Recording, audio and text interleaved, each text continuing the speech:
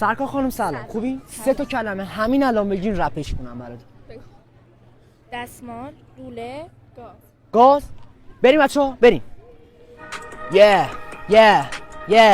دستمال، لوله، گاز. سرکار خانم سلام. خوبی؟ خانم ما یه چند وقتی خیلی ها میگن صداتون قشنگه. حالا من می‌خواستم یه هم براتون بخونم ببینم شما تایید می‌کنین من برام تستی خوانندگی بدم. بذار من صدامو آماده کنم.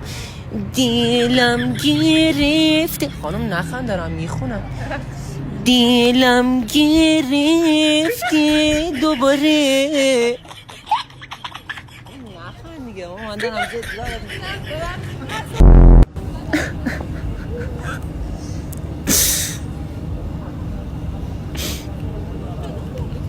ما 5 سالیه یه جایی کار میکردیم. یه خانومی بود تو شرکت، فامیلیش خانومی بنده بود. پیروزا رئیس شرکت صدام زد، رفتم تو دفترش. برام گفتش که زنگ بزن به خانومی بنده. ما هم از خدا بی خبر زنگ زدیم به زنش با چکالقت بیرونه بود.